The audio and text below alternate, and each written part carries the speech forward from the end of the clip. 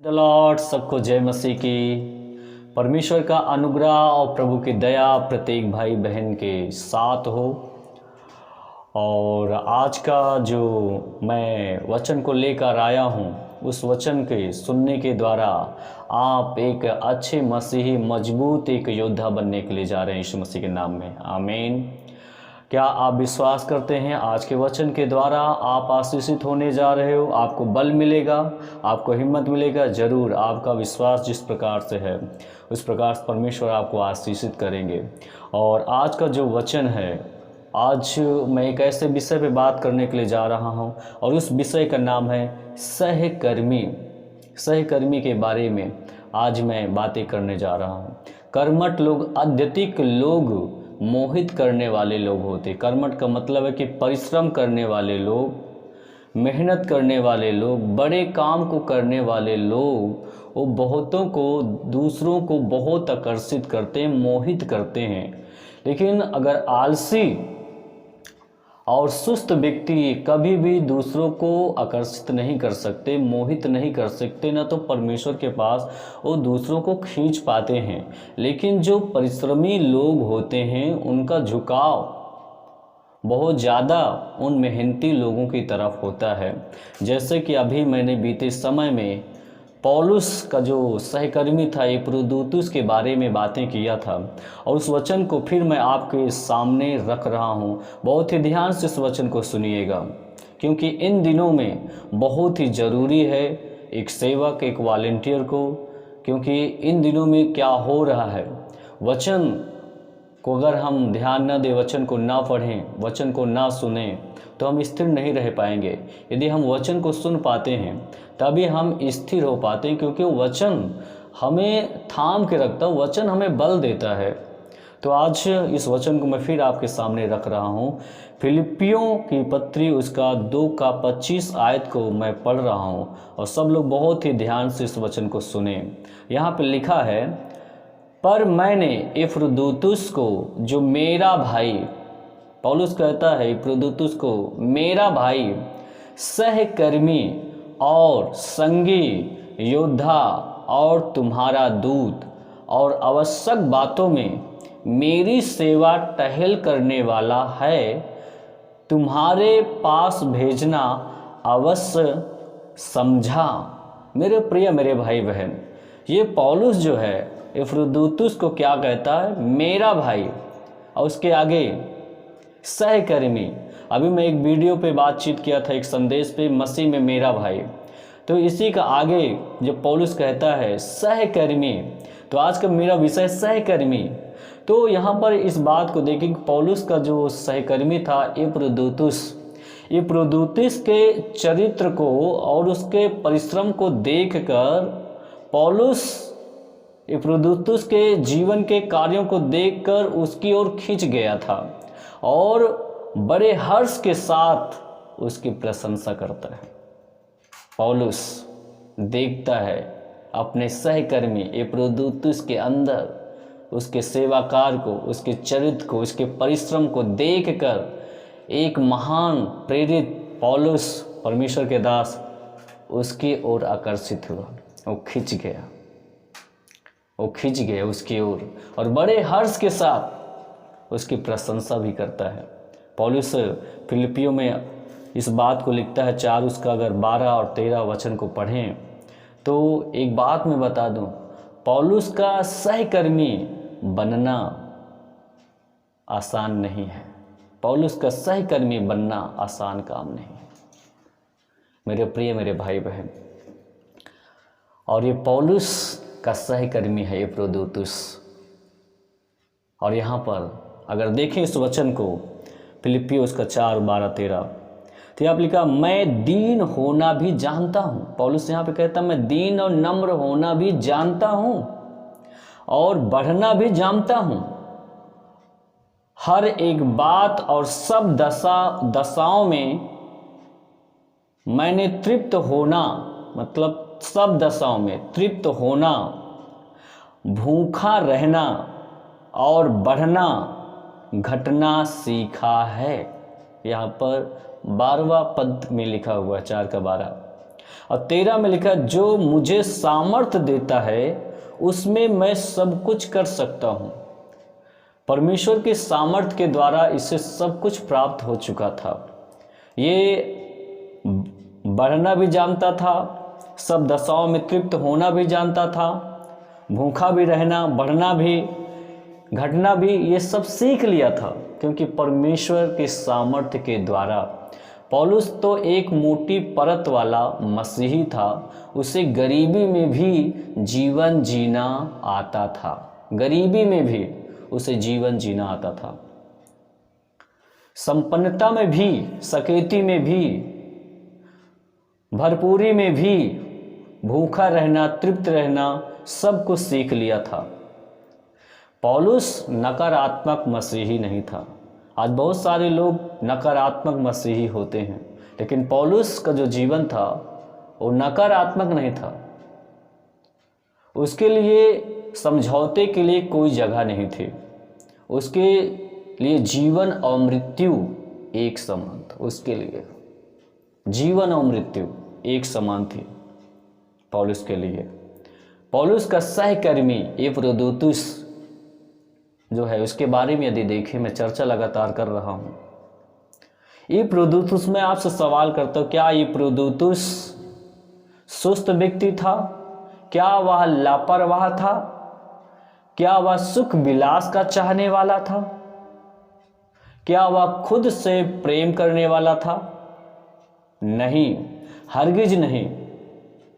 एपफ्रोदीतुस न तो सुस्त व्यक्ति था, न तो लापरवाह व्यक्ति था, न सुख विलास का चाहने वाला था, न खुद से प्रेम करने वाला था। वो एक ऐसा सहकर्मी था, वो एक ऐसा सेवक था एपफ्रोदीतुस, जो पौलुस के संग रहकर सेवा करता है, उसकी देख रेख करता है हर परिस्थितियों में भी। एपफ्रोदीतुस का अगुआ पौलुस, एपफ्रोदीतुस का अगुआ पौलुस। आज बहुत सारे पास्टरों का जो है सहकर्मी है, और सहकर्मी का भी बहुत सारे अगुए हैं। पास्टर और सहकर्मी, जो एक सेवक है और उसके भी सहकर्मी, आज बहुत ऐसे लोग हैं। हमें सीखना किस प्रकार से हमें अपने सहकर्मी पन का जो एक जिम्मेवारी है, जो हम संगी हैं, भाई भाई हैं, किस प्रकार से हम सेवा को कर रहे हैं, इसके बारे में अगर देखें तो यहाँ पे पौलुस का जो सहकर्मी है वो कौन है? एपफ्रोदीतुस। लेकिन एक बात को बता दूं, पौलुस एक निडर अगुआ था। वो जो एक पौलुस था, जो सेवक था, वो एक निडर व्यक्ति था, निडर, वो सेवा करने वाला था। मेरे प्रिय मेरे भाई बहन, आज बहुत सारे ऐसे लोग हैं, सेवक लोग हैं, कुछ परसिक्यूशन आया, कुछ परिस्थितियां आई, वो सेवा को छोड़ दिया है, वो पीछे हट गया है, वो कहीं न कहीं सुख विलास के चक्कर में, कहीं न कहीं वो खुद से प्रेम करने वाले, वो थोड़ा सा भी वेट नहीं किया, थोड़ा से भी उस परसिक्यूशन को, सताव को नहीं सहा, वेट नहीं किए, वो तुरंत संसार में चले गया। बहुत लोगों का जीवन को देखा जाता है। यदि आपकी बुलाहट है सेवा करने का, प्रभु ने आपको चुना है सेवा करने के लिए, तो आपको सेवा करना है, अंत तक बने रहना है। उसका प्रतिफल परमेश्वर आपको देंगे, प्रभु यीशु मसीह आपको देंगे। मेरे प्रिय मेरे भाई बहन, अगर पौलुस के जीवन को अगर देखें, अगर प्रेरितों में अगर देखा जाता है, तो पौलुस अगर एक जगह पे लिखा है कि 2 बड़े नगरों के द्वारा वो सताया गया था, पत्थरवार उस पर किया गया था, पत्थर से उसे मारा गया था, और शहर के बाहर लोगों ने उसे मरा समझकर फेंक दिया था कि मर गया। लेकिन पौलुस फिर उठ खड़ा हुआ और दूसरे दिन निष्ठा को आरंभ कर देता है, सेवकाई को आरंभ कर देता है, कर दिया। ऐसे व्यक्ति के साथ एपफ्रोदीतुस एक योद्धा बनकर, एक सहकर्मी बनकर, कंधे से कंधा मिलाकर खड़ा हुआ है।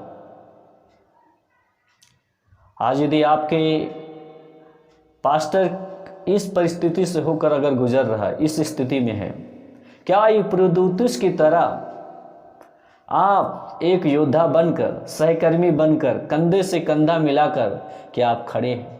यदि आप खड़े हैं तो इसका कई गुना परमेश्वर आपको प्रतिफल देने जा रहा है यीशु मसीह के सामर्थ्य नाम में। आमीन।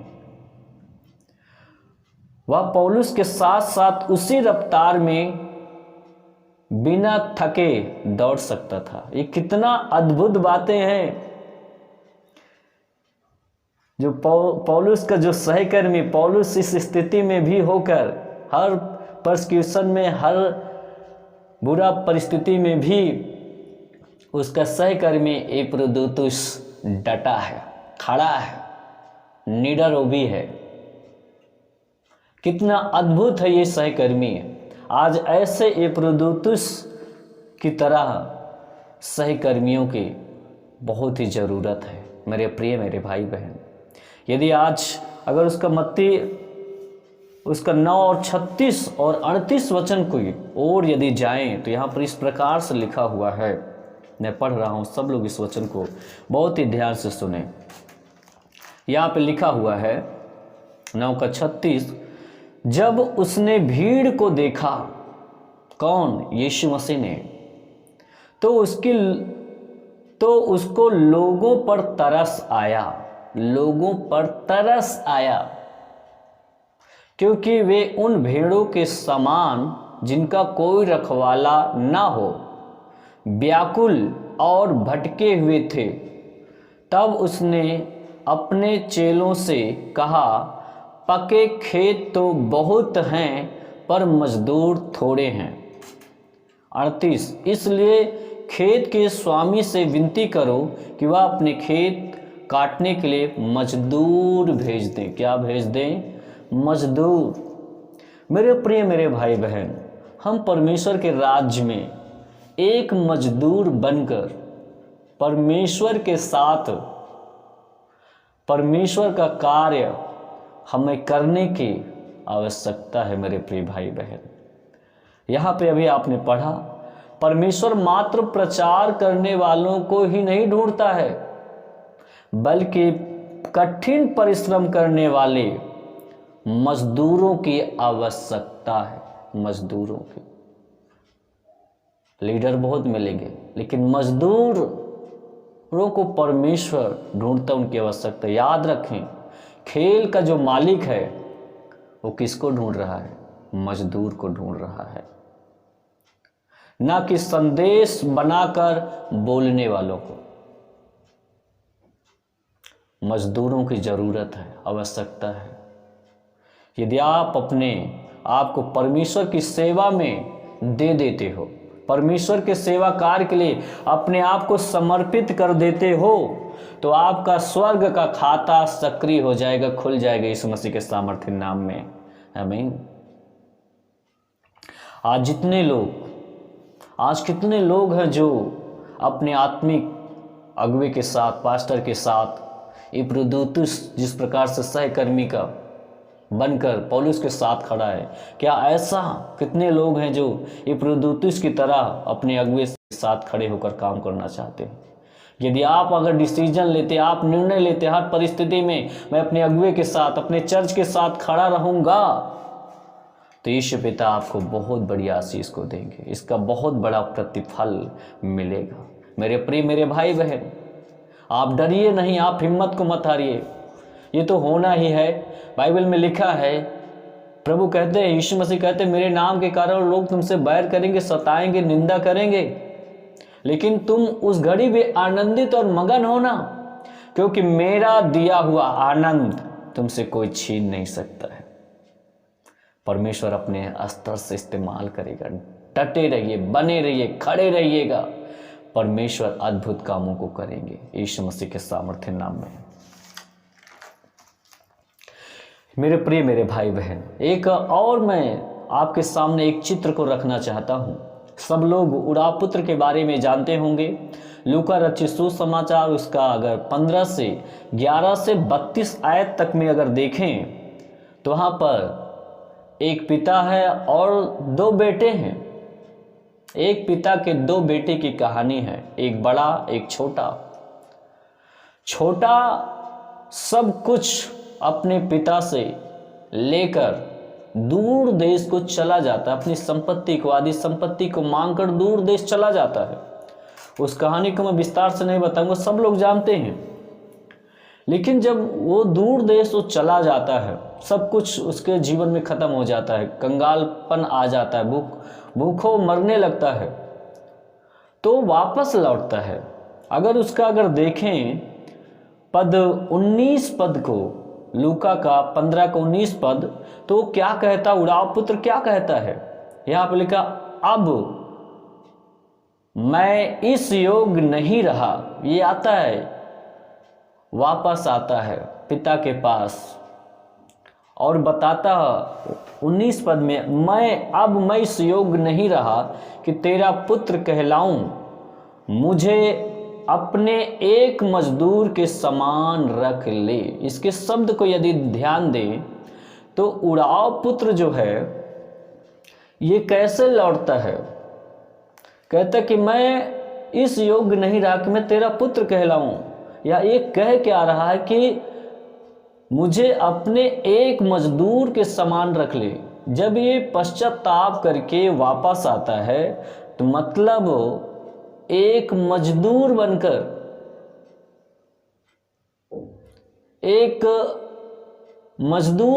ये वापस लौटता है मेरे प्रिय मेरे भाई बहन।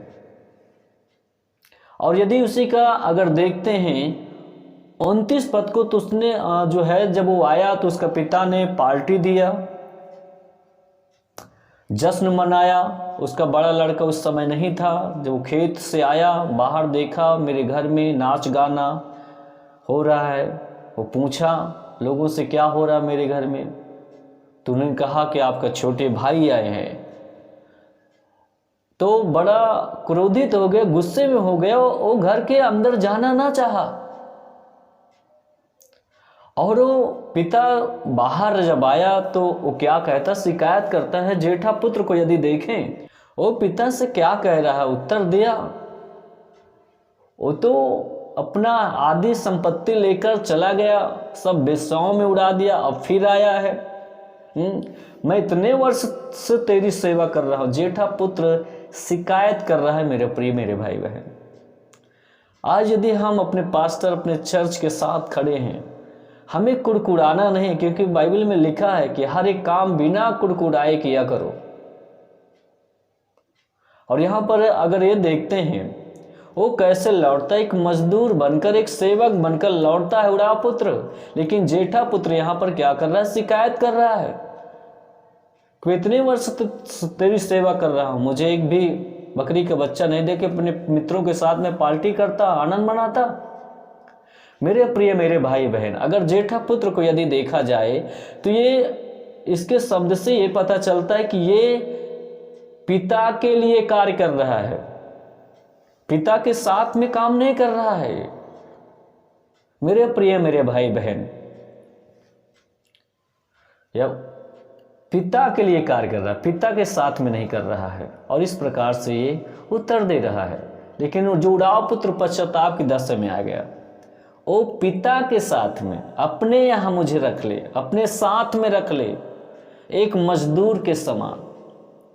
मेरे प्रिय मेरे भाई बहन, हम अपने पास्टर के लिए नहीं, परमेश्वर के लिए नहीं, परमेश्वर के साथ, अपने पास्टर के साथ उस परमेश्वर के कामों को हमें करने की आवश्यकता है। मेरे प्रिय मेरे भाई बहन, हम अपने पास्टर के लिए काम कर रहे हैं, हम प्रभु के लिए कर रहे हैं।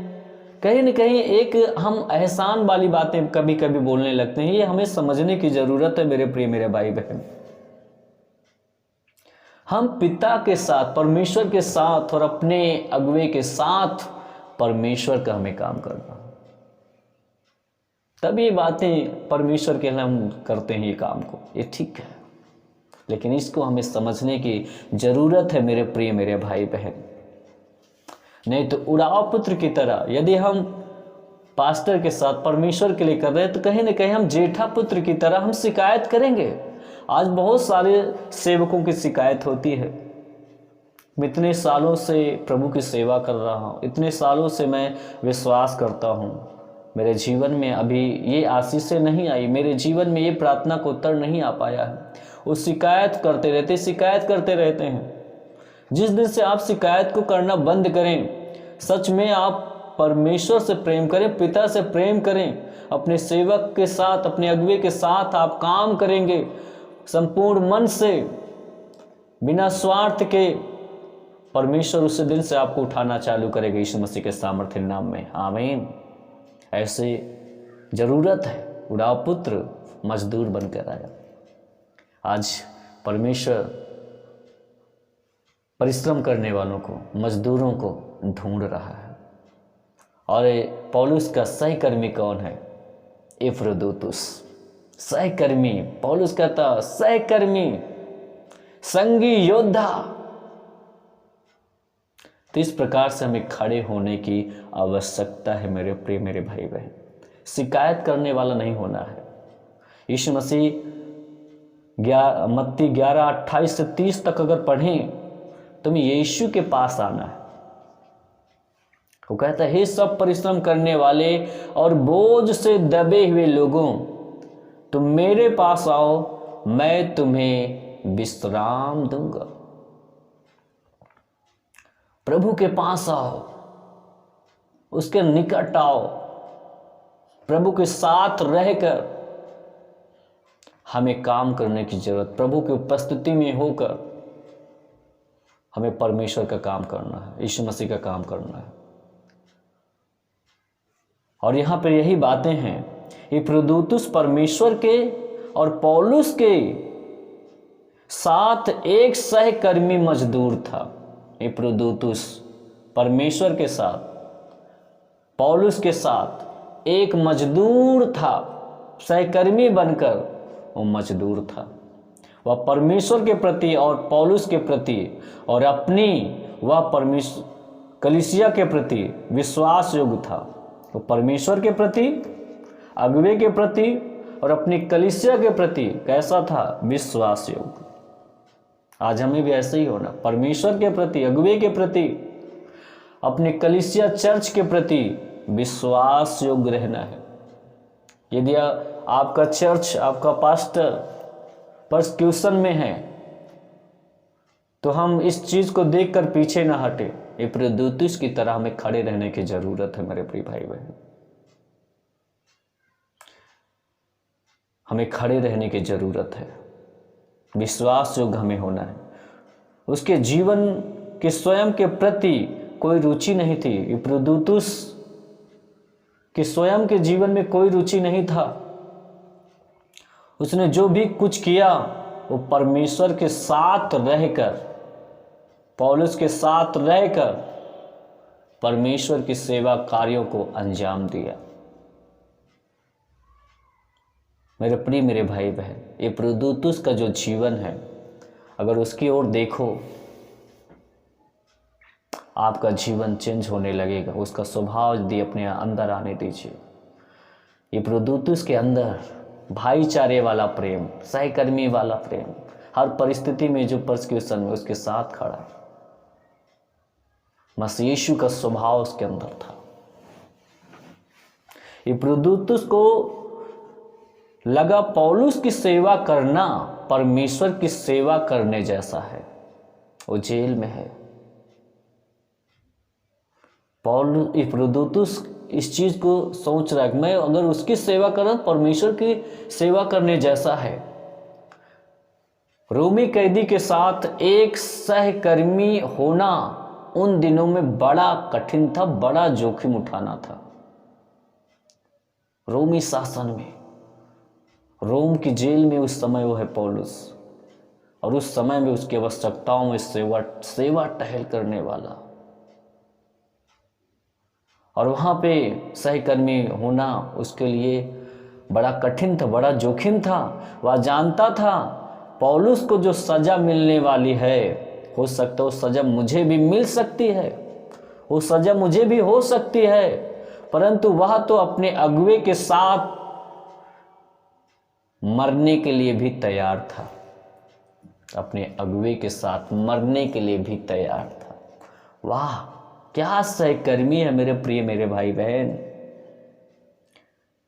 आज तो हमारा पसीना भी नहीं निकलता है। चर्च सब कुछ अच्छा है, हरा भरा सब कुछ अच्छा चल रहा है, तब लोग ताली बजा रहे हैं, साथ में हैं, लेकिन जब ये स्थिति आ जाती है तो क्या हम खड़े हैं? अगर आप ऐसे खड़े हैं तो परमेश्वर आपको इस्तेमाल करेगा बड़े कामों के लिए। आने वाला टाइम, आने वाला समय, परमेश्वर आपके द्वारा बड़े कामों को करेगा। मेरे भाई बहन, ये जीने मरने के लिए भी तैयार था। क्या सहकर्मी है ये। इस प्रकार से हमें होना चाहिए मेरे प्रिय। आज अनेकों लोग परमेश्वर की सेवा करना चाहते हैं, परमेश्वर की सेवा करना चाहते हैं। मेरी बात को ध्यान दें, आज बहुत सारे लोग परमेश्वर की सेवा करना चाहते हैं, लेकिन परमेश्वर के दास की, सेवकों की सेवा नहीं करना चाहते। परमेश्वर की सेवा करना चाहते लेकिन उसके दास की सेवा नहीं करना चाहते।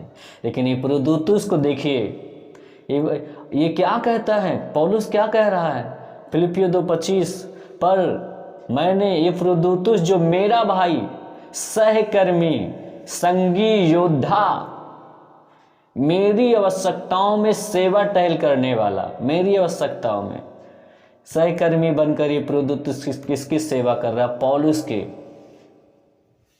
परमेश्वर की तो हम सेवा कर ही रहा है, करना चल, लेकिन क्या आज हम परमेश्वर के दास की सेवा करते हैं? प्रभु कहता, जो मेरे दास को आदर किया वो मुझे आदर किया। जो मेरे दास को एक कटोरा पानी पिलाया उसका प्रतिफल वो कभी नहीं खोएगा। मेरे दास को जो जिस प्रकार से समझकर उसको ग्रहण किया उसका प्रतिफल उससे मिलेगा। ये प्रोदुतुस इस बात को, पौलुस की सेवा करना परमेश्वर का जैसा सेवा है और उसका प्रतिफल मुझे मिलेगा। आज बहुत लोग परमेश्वर की सेवा करना चाहते, लेकिन क्या सवाल ये है, क्या परमेश्वर के दास की सेवा करना है? मेरे प्रिय मेरे भाई बहन, वे जो परमेश्वर के अगुओं की सेवा करते हैं, अधिकांश तिमुथियुस भी है, तिमुथियुस और एपफ्रोदीतुस के समान उसके दर्शनों को नहीं पकड़ पाते हैं।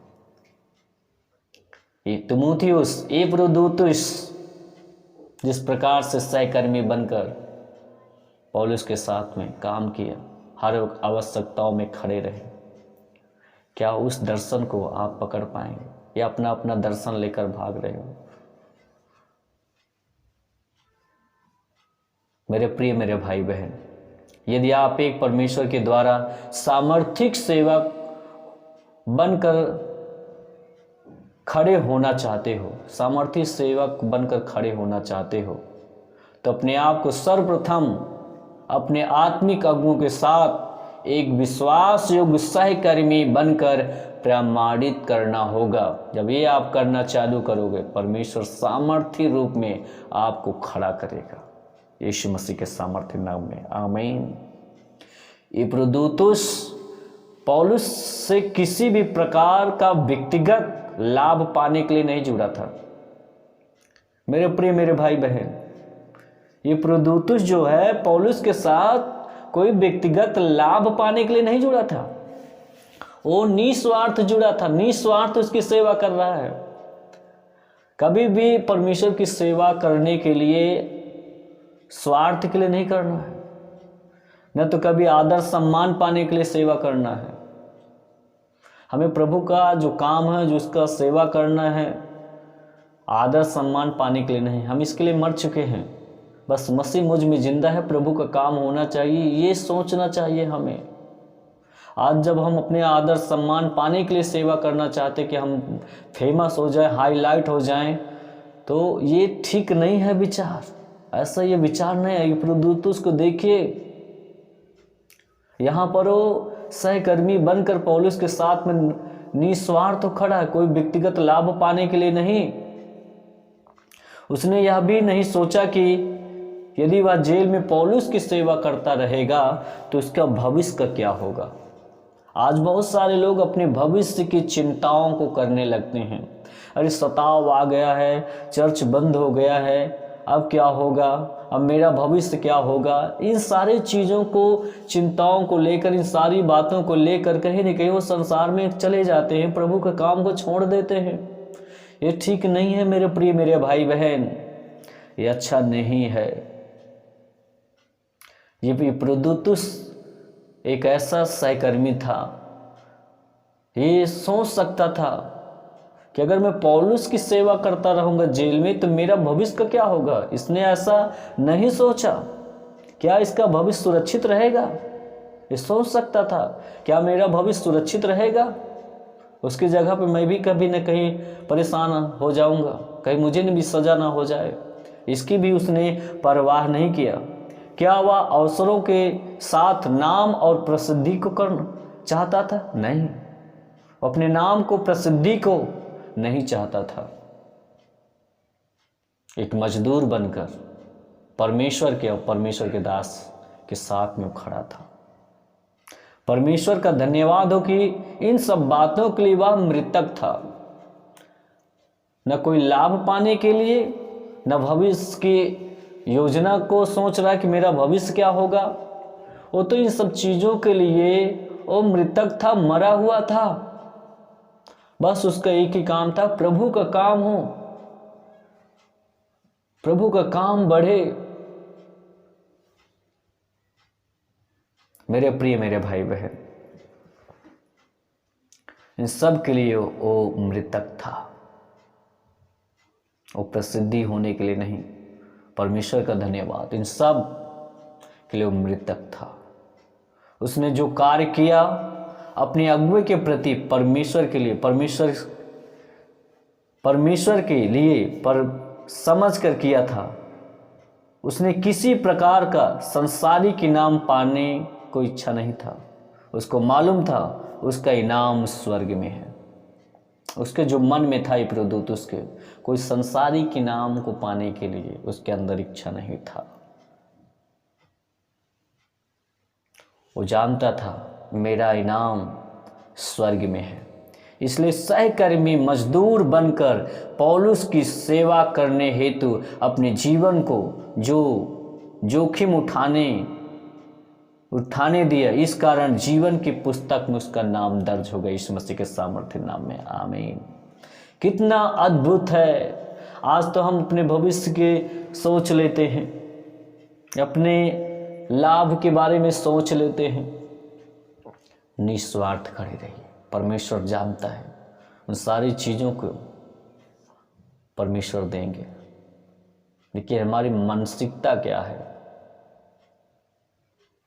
मेरे प्रिय मेरे भाई बहन, उसने एक मजदूर बनकर पौलुस की सेवा करना है तो अपने जीवन को जोखिम में उठाया।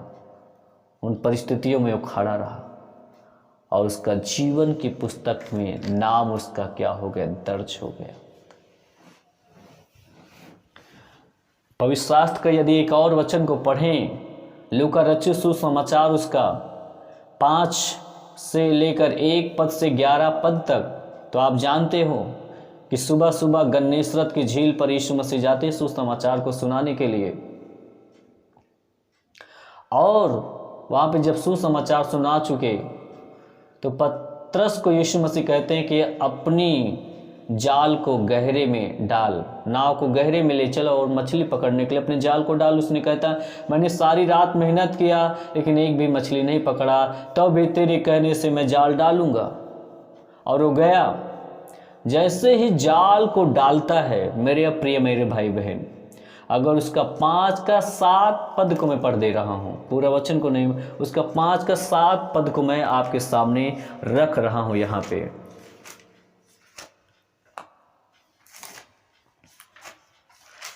पे इस प्रकार से लिखा हुआ है उसका 7। और जब वो जाल को डालता है प्रभु यीशु मसीह की आज्ञा को मानकर, तो बहुत सारी मछलियों को उसने घेर लाया, उसके जाल में आ गई। और क्या कहता है 7 में, इस पर उन्होंने अपने साथियों को जो दूसरी नाव पर थे संकेत किया कि आकर हमारी सहायता करो, और उन्होंने आकर दोनों नावें यहाँ तक भर ली कि वे डूबने लगी। मेरे प्रिय मेरे भाई बहन, इस वचन को यदि आप ध्यान दें तो जब उसके जाल में बहुत सारी मछलियां फंस गईं, घेर लाया, तो वो जाल फटने वाला था और नाव डूबने वाला था। और इस चीज को देखकर पतरस अपने साथियों को संकेत किया, आवाजें दिया, आकर हमारी सहायता करिए। देखिए, पतरस कभी संगी, सहकर्मी, साथी लोग आकर उसमें भी, उस परिस्थिति में भी मदद करने लगे। मेरे प्रिय मेरे भाई बहन, पतरस की नाव मछलियों से इतनी ज़्यादा भर गई थी कि डूबने पर थी, जाल फटने पर था। पतरस ने अपने साथियों को इशारा किया और सहायता के लिए आगे आए, और उसके साथियों ने आगे आए। मेरे प्रिय मेरे भाई बहन, पतरस के साथियों ने उस समय में भी उसका आकर मदद किया। उन्होंने नाव को डूबने बहुत सी मछलियों से भर लिया था। यह एक साझेदारी है, वहाँ पर अगर इस चित्र को देखें, जो अपने अगुओं के साथ सहकर्मी मजदूर बनकर विश्वास योग्यता के साथ कार्य करते हैं, उनके लिए विशेष इनाम रखा हुआ है।